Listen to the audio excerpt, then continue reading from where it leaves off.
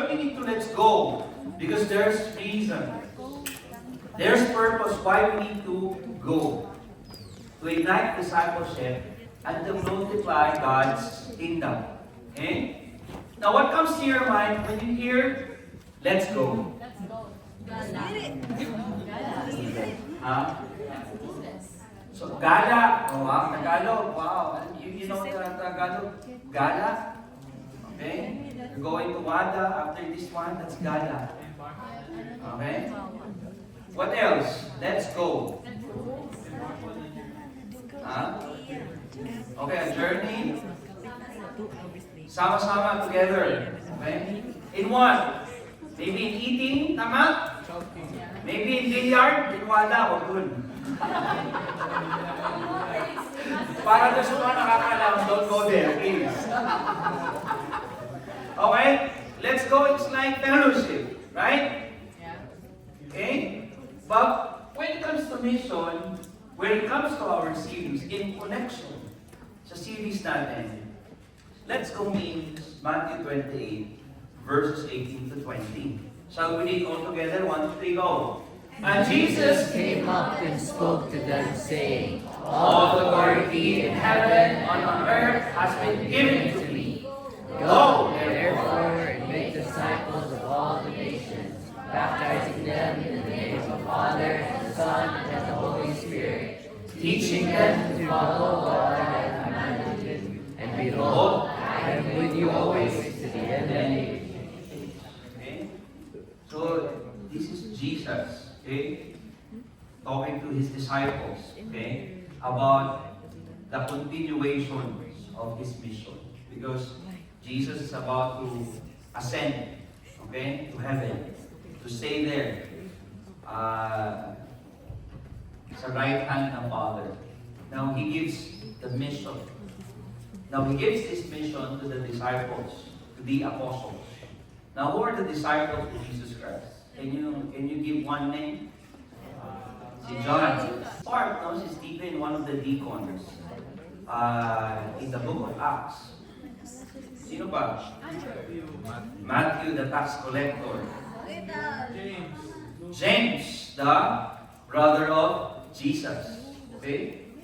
The leader, the first bishop, okay, of the Jerusalem church. That's James. Who else? Si Peter, di ba? Si Peter na fisherman, di ba? Si John, okay, the beloved, okay, who wrote the book of John and then the Gospels of 1st and 2nd and 3rd John, okay? Yes, and also Revelations, okay? Sino yung kanina? Si Paul. Paul is one of the apostles, okay? The disciples, yung 12. But after that, mga apostles na. Okay? And isa si Paul sa mga apostles who really turned the world upside down to share and preach the gospel. The one that we are studying right now. We're done with gospel. Do you understand what is gospel? The good news. Okay? What about the good news? What's the content of that good news? It's the message of Jesus, of what He did, who is Jesus, and why it's very important for us to accept the message of the gospel. And not only accept the gospel, to share the gospel to others. And that is the Great Commission. Jesus was telling the disciples, since I'm about to ascend to the Father, now we continue our mission. This is the main mission of the church, not evangelism. It's only part. That's the starting point. But the main task was given to the church, to us, is to go and make disciples. What's the main verb there? Make disciples. Okay? Meron marami. Go, make disciples. Ano pa dyan? Baptizing, teach them. But, yeah, follow. Okay? But the main verb here, okay? In the Greek language, the main is to make disciples. Can you tell the person next to you, our main mission is to make disciples? Okay? Now, after you evangelize, what do you mean by evangelism? Sige nga. What do you mean by the word evangelism? Sharing the gospel. That's why you evangelize. Evangelio, from the Greek word. You're sharing the gospel. What is gospel again? The good news about Jesus Christ. Okay? That He came here to save us. And because of His grace and mercy, we are saved. And God is calling, John 3:16, for God so loved the world, general calling. Okay? But when it comes to exclusivity of that gospel, that message, ano yung next na phrase doon? For God so loved the world that He gave His only begotten Son, that whosoever, there you go. It becomes exclusive now. General, and it becomes what? Exclusive. Because there are people who will not accept the gospel. And that's our responsibility, ladies and gents, to share the gospel. And after you share the gospel, it will not stop there. Hindi yung, porkit nadala mo na si third, kasi si third, yan. Pakilang meeting mo na third. Someone is third, can you please clap our hands to our God? And that's my prayer. That's our prayer. Na maraming third, na after umattend, after mag-accept kay Jesus, sa kanyang gospel, they will continue, they will stay, and they will study about Jesus. Because we want to lead third and other young people to make disciples. That's our main goal. After mong sharan, hindi natatapos doon. You need to disciple that person. What do you mean by disciple? You lead that person to be like Christ. Kaya nga, ang goal is Christ-likeness. It is no longer I who lives, but Christ. Pag nakikita mo pa rin si Andre sa sarili mo at hindi si Jesus, continue. Have faith, Lord. I know that you will change me. Because the Word of God says that He is transforming us day by day.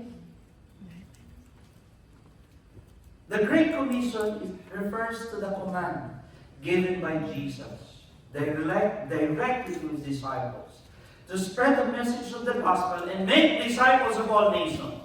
When you say all nations, different race, whether white, black, what I mean is all nations, all race.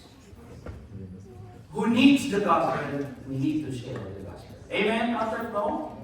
And it is found in Matthew 28. It marks the mission Jesus gave to His followers after His resurrection.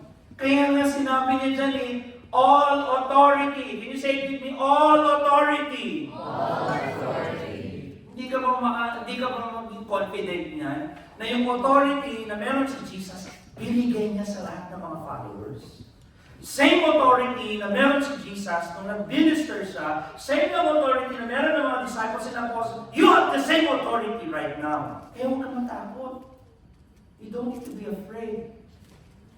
You don't need to be ashamed to share Jesus. You have the authority coming from God. Okay? Binigay mismo ng Lord yan sa atin, sa iyo. So bakit ka maiiyak? And people needs the gospel. Hello? Hi. Matatakot ka. I-share mo lang naman. Hindi mo naman sinabi yung, ma-convert ka sa amin. Hindi. Sinabi mo dyan, convert them. Sinabi lang dyan go and make disciples. You share about Jesus. You share the gospel. Don't convert them because that's not your work. That's not your task. Can you tell the person next to you, hindi mo task yun. Now, this is an example of what we call in seminary, mission dream. May term kami na mission dream. Okay? And this is an example, 1636. Look at the mission of Harvard University. Let every student be plainly instructed and earnestly pressed to consider well the end of his life and study is to know God and Jesus. Hindi yung makagraduate ng any PhD or masteral or bachelor's in their forte, but this is the main goal.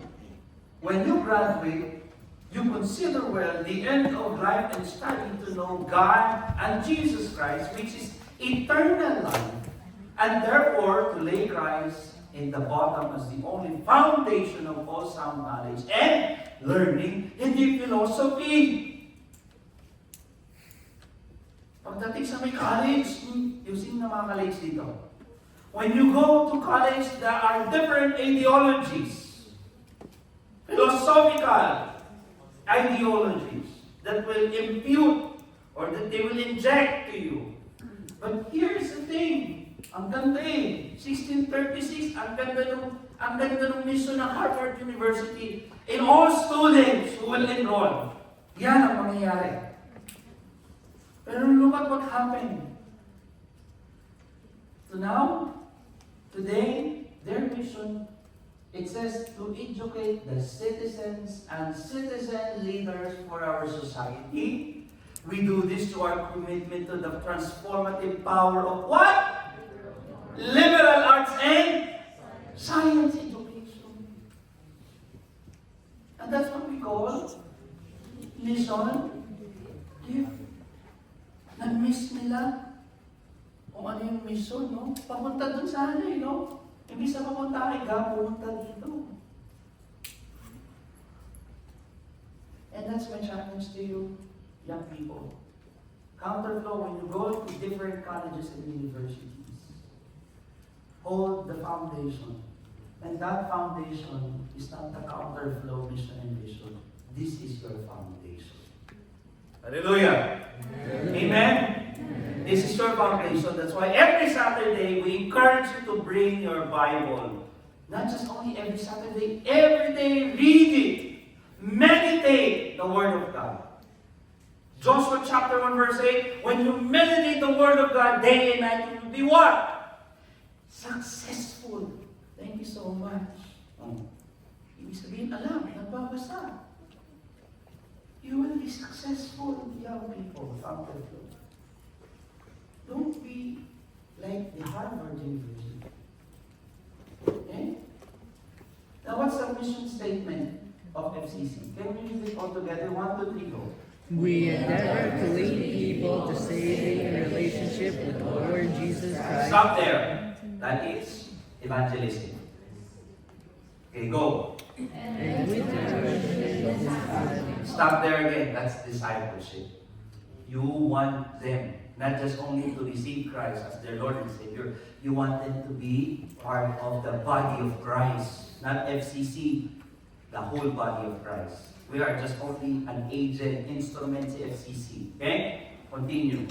help them grow to Christ-like maturity. Okay, that's part of discipleship. Okay? Next. And help them for their ministry in the church, life mission in the world. Now, here comes the next stage. Mission. There are only 3 stages. And please, if you really want to know this, and this is my prayer, those young people who will go to Philippines, who will go abroad, study abroad, take this series. Next week, we will have our new series. It's entitled EDM. Hindi yung music, ha? Yung do's to do's, do's, do's to do's. EDM is evangelism, discipleship, mission. That's our discipleship process here in Counterflow. Pwede ba natin palakpakan sila? So when you go to Philippines, when you go to Alwada, you know how to evangelize, you know how to disciple, and you know what is the meaning of mission. What's the difference of evangelism, discipleship, and mission? And why they are connected. Kaya maraming mga mananampalataya, hindi alam kung saan mag-start. Huwag na natin pahirapan ang sarili natin. Tatlo lang ang binanggit ni Lord. You evangelize, you lead them to Christ, and you equip them, and then send them. Okay? Evangelism, discipleship, mission. Madali ang evangelism, madali ang mission. Mahirap yung nasa gitna. Discipleship. You know how many years? Ang discipleship sa isang believer? Sobrang din. Si Jesus Christ, how many years na disciple? 3 years. 3 years. Why? Kasi sa isang tao na nag-accept kay Lord, no? Mahirap yan. Maraming babaguhin, maraming tatransform sa Lord. That's why it will take 3 years or, ito naman, 3 months. Kasi depende eh. The Bible says, di ba? May nauuna na nauhuli, may nauhuli na una. Translate niyo sa may English. Amen? It's up to you guys. How motivated, no? Are you to really disciple and how you're intentional when it comes to do the mission? Discipleship, yan ang pinaka-mahabang proseso. Sabi na ng professor namin, it's like a procession. You know procession? Procession. You know, did you see people who are doing procession from point? Yes, para parade, okay? Okay. Isang example, one classic example of procession is from here going to Mustafa. You will just walk. Madali? Madali? Madali yun ang patag na eh. Pero before ang procession, walang concrete. It's like muddy, rocky. Diba? May ilog pa nga eh, di ba? Jennifer? You will take rivers. Kasi procession eh. From point A to point B, you will just walk. And discipleship is like that. Why? Because the person that you want to lead Christ, hindi mo madaling i-disciple din eh. Hindi kasi ang ulo niyan minsan eh. Invite, boy, come, let's go to Carnival every Saturday. I have that things to do. I'm busy. Di ba? Ang dami excuses. Di ba? Minsan tinatamad. Last night kasi we had basketball. I'm tired. Next Saturday. We play volleyball eh. Nag-spike ako. Napanood niyo ba? Napanood niyo ba yung ni Pastor? Kidding aside, ang dami excuse natin. Hindi lang yung mga adult eh, kaya rin maraming excuse. But this is our mission. This is not just only FCC, but this is from the Bible. Okay? We evangelize, we share the gospel, we disciple. We walk with these people.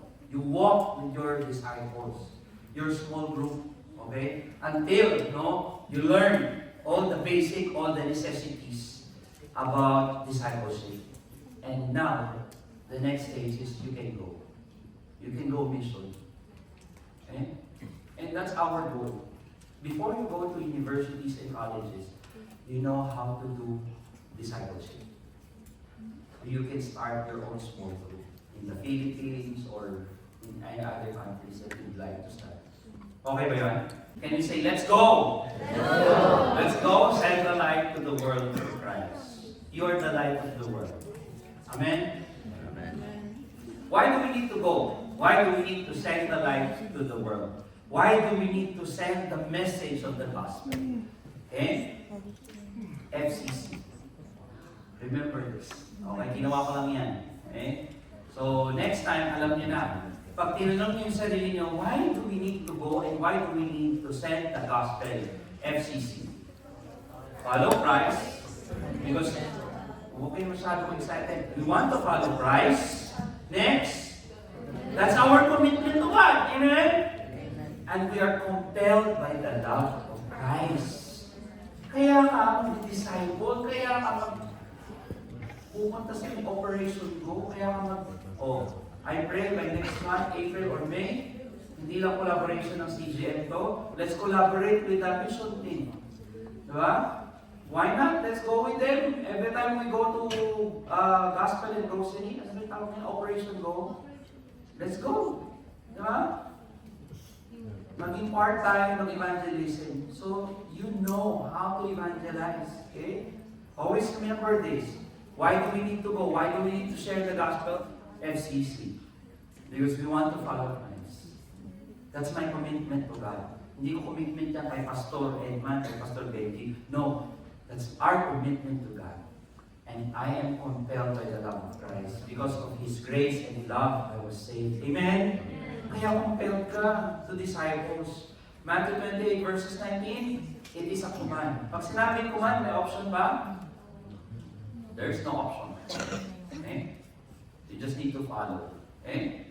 As Christians, we are called to follow Christ's example and fulfill His mandate. What is the mandate? To go and make disciples of all nations. Commitment to God. Romans 10, 14, 15. How then can they call on the one they have not believed in? And how can they believe in the one whom they have not heard? And how can they hear without someone preaching to them? So who will share the gospel? Can you tell the person next to you, us? And that's why, that's our commitment to God. We need to go because others need to hear the life-changing message of the gospel. Amen ba? Okay? It transform tayo ni Jesus, right? Bakit pa sa labas ang kailangan ng transform? Okay? And you can be an instrument. You can be a help. Compelled by the love of Christ. Because in 2 Corinthians 5:14, for Christ's love compels us. Yun yung nagmo-motivate sa'yo, yun yung driving force mo. Kung ikaw in love ka sa may girl or sa may boy, ano yung driving force mo? Wow, si Jesus. Thank you for being honest, ha? Pero ano yung driving force mo? Kasi di ba may napifeel ka na mahal mo yung tao na yun. Tama ba? Gusto mo yung tao na yun. Tama ba? Yun yung driving force mo. Now, kung hindi nyo pa nararamdaman, okay lang. Pag naramdaman ninyo, makikets nyo to. Pag compelled ka ng love mo dun sa tao, di ba? Kahit na alas 12 na, alauna na, mukha na kayong zombie. Ano pa rin, video call pa rin. Nato ka na ba? Gets nyo na? Compelled ka. Gusto mo siyang bigyan ng rose, wala kang pera. So may magtitipid ka. Kada allowance mo, titipid ka $5. Para next Valentine, pambigay ka ng rose. Tama ba? Kasi compelled ka nung love mo sa tao na yun. Pero, we're not talking about loving the person. We're talking about our love for Christ. Amen? O, baka mamaya misinterpret nyo eh. Para lang mag-gets natin, compelled ka eh. Niligtas ka ng Panginoon. He died for you. You have eternal life now. Amen? O, that's why you're compelled to love.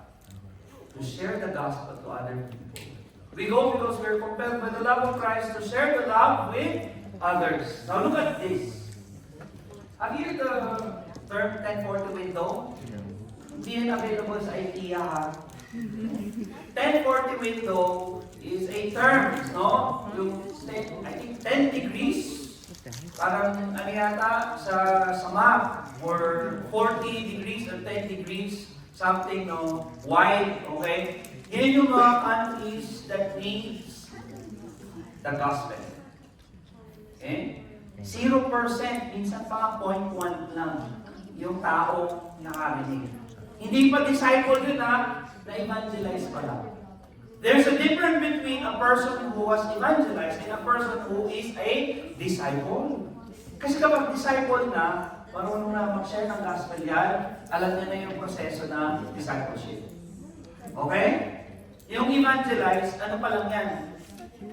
Narinig niya yung gospel tapos in-accept na si Jesus. Yun yung na-evangelize pa lang.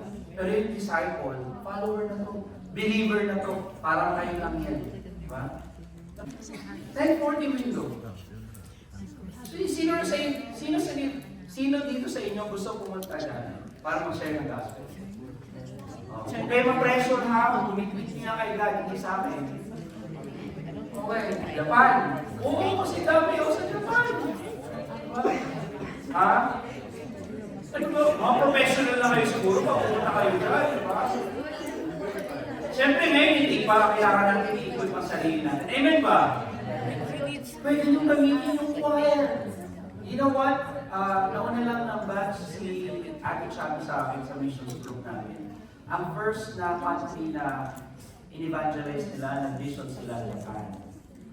Why? Because there's a lot of people, Buddhist and Shintoism sa Japan. That's why they went there for 1 month. The next batch, pumasok na ako, yung na-assign sa amin ang init. Sabi ko, bakit sila Japan? Kami Cambodia. Ang init, pre. 1 month. Walang aircon. Walang aircon. Sana kung ngayon na may mili. Magaling sa mission, walang pili-pili. Kung saan ka tinawag ni Lord, you go and share the gospel. Amen? Oh. Pero we cannot do this, no? Kasi hindi pa tayo equipped. Ano yung pwede natin gawin? Look at this. This is from UAE, no? From More. Okay? Dito, how many expats or nationalities ang dito? 200 nationalities. Now, what do you mean by this one? What's the connection of 1040 window? Hindi na natin kailangan pumunta doon. Kasi meron na silang representative dito. Ang dapat na lang natin gawin, pag-pray natin, share natin itong mga 200 representatives of different nationalities. That's why the ministry, the church needs you guys. Why? You're good when it comes to English. You're good in English, right? Oh. The lingua franca, okay, of your generation is English. Straight to the point, pwede nyo ma-share yung gospel through English. Walang barrier. Diba? Pag marunong kayo mag-English, it's easy to share the gospel. Okay?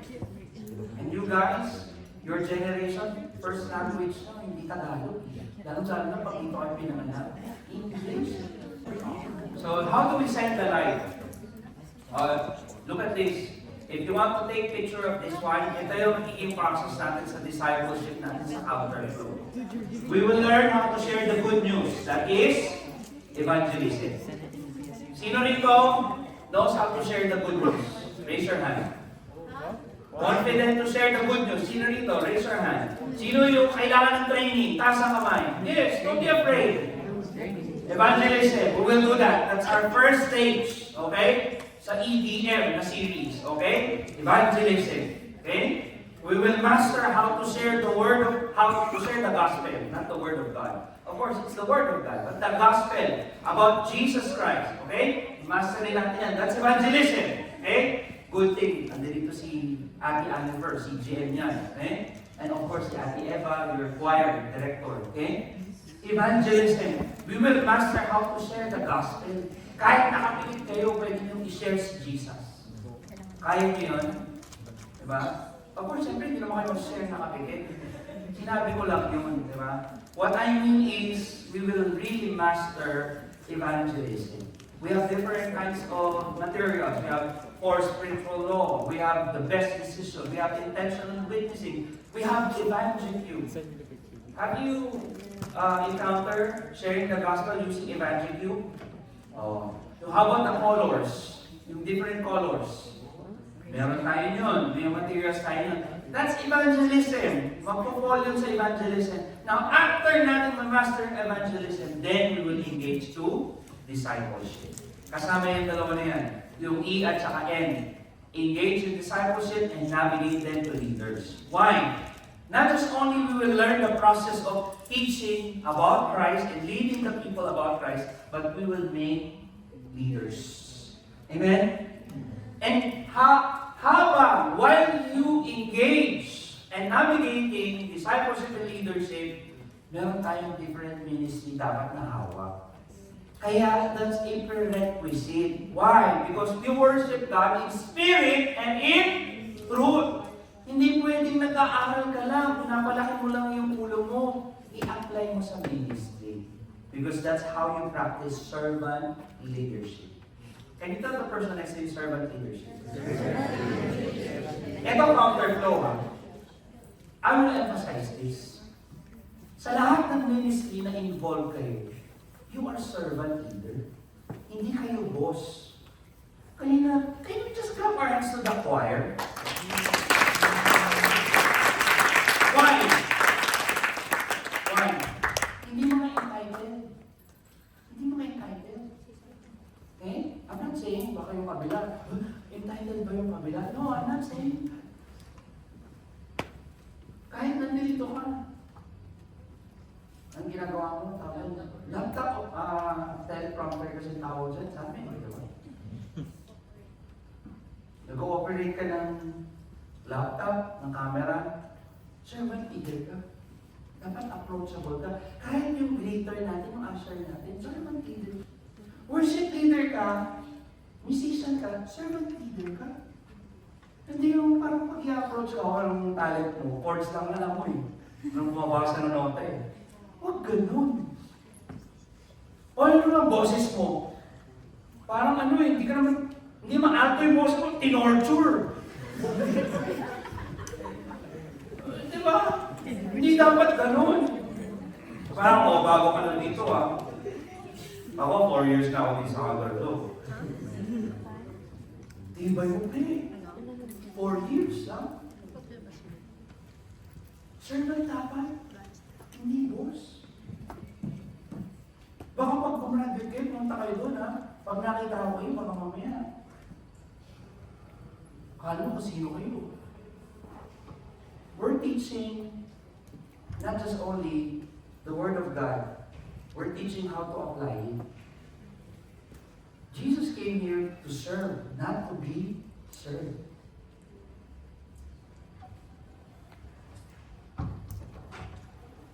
Amen, counterflow?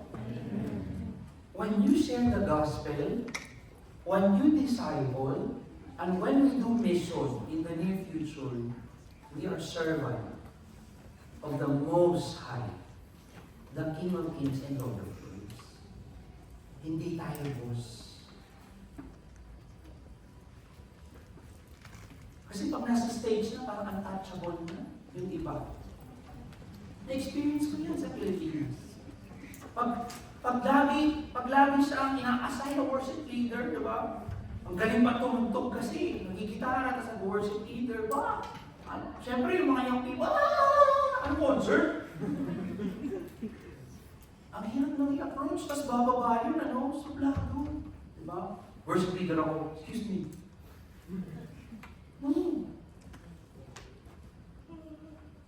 Servant leader. Servant leadership. Amen? That's how we treat leaders here. With the servant heart and servant attitude. Kasi kapag nandun ka na, equip them, sabi ng Biblia, you are ready to dedicate in the ministry. I cannot allow you to be part of mission, even Operation Go ng church, kung yung character mo, ang yabang-yabang mo, alam mo sino ka matalino, alam mo sino ka boss. Servant leader. Once you reach that, na parang hindi mo na sarili ang iniisip. It's about the others. Pansinin mo yun. Yung mga tao selfless na, hindi mo rin sarili nila. Ginawa na nila yung mga ibang tao. Pansinin mo yun, hindi mga loner yun. Kasi, lagi sila nasa crowd. Nilalapitan sila ng mga tao. Gusto silang lapitan ng mga tao. Why? Kasi hindi nila feel na boss yung tao na yun. Feel nila na same lang kami. Kahit na leader namin yan. Kahit na si Kuya Pastor na pwede nyo kong puntahan dyan anytime. Kasi servant leader po ako. Hindi po ako shake. Amen? Kayo rin. Okay? When you serve, servant leadership. And so, we can send you to the field. Yan, tinitingnan ko lagi. Kaya sabi ko, kahit hindi complete ang band, okay lang. Hindi naman necessary na kompleto ang band. Kompleto nga band din. Pag tumugtog naman, hindi nakakapag-connect sa Lord. Hello? Hi. To share the good news, you are the light of the world, counterflow. A city on a hill cannot be hidden. nor do people light a lamp and put it under the basket. You know what happened? What's the problem in the church right now? Why there are a lot of empty chairs here and also there? Why? You know why? Kasi yung light, itinatago. Sabi ko, no? Light a lamp and put it under a basket but on the lampstand and gives light to all who are in the house. Pag ikaw ba, nag-iilaw, nagbubukas ka ng lamp, ilalagay mo ba under the table?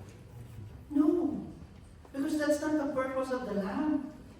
Ilalagay mo yun over, di ba? Doon on the table para maliwanagan. So that's how we share the good news. Ang problema, kaya maraming empty seats ngayon, yung light, pinapatay natin. Kinikip lang natin sa sarili natin. Why? Again, let's go back sa problema natin. Hindi kasi rin mga evangelize. Nahihiya. O, kanina sinabi ko na all authority binigay sa iyo ng Lord. Ano pang excuse? Let's engage in discipleship. 2 Timothy 2. And the things that you have heard me say in the presence of many witnesses, and trust to reliable people who will also be qualified to teach others. This is the process that we're going to do, that we're about to do next series. Okay? I will teach you. Okay? The leaders will help you, okay, to share the Word of God, to study the Word of God. The leaders will navigate you. We will help you side by side. Tutulungan natin ang bawat isa. To tell that leaders are to equip His people for work of service so that the body of Christ may be built up. Kasi yun ang purpose ng church. Magparami, hindi magpaunti. Yan ang ginagawa ni Satanas ngayon sa church. That's the main goal of Satan. Instead of multiplying, he will divide. Okay? So, tell others, leaders, to equip His people. We will equip ourselves. We will equip everybody, all of us, okay? To navigate, okay, our very purpose, our very existence for discipleship. And so we can dedicate, okay, everybody in the service of the kingdom of God. It says in Acts 1:8, but you will receive power when the Holy Spirit comes on you. You will be my witness in Jerusalem, Judea, and Samaria, and to the ends of the earth. After 3 years of discipleship ni Jesus, pumasok ang Acts. First preaching ni Peter, anong nangyari? How many? How many believers? 3,000. Second preaching ni Peter, you know how many? 5,000. Third preaching niya, how many? 7,000. Bumababa ba? Tumataas, nagpo-progress, nagmumulti. So anong point dito? Pag equip tayo, hindi mahirap sa atin mag-evangelize. Pag naiintindihan natin yung evangelism, discipleship, and mission, we are ready to dedicate ourselves to the ministry. Amen? That's a conclusion. Let's go counter. Tell the person next to you, let's go counter. As we live today, okay? As we live today, let's carry with us the message that the harvest is now. Can you tell the person next to you, the harvest is now? And God is calling us to go into the fields to make disciples of all nations. Let us go and send His light to the world, knowing that He is with us every step of the way. So wala tayong discussion, game plan lang this week. Okay? So if you want to take a picture for the game plan, that's my encouragement, Counterflow. That we will reach to the point that we will occupy the whole NH2. Amen ba doon? Counterflow. So let's go, let's send the light to the world.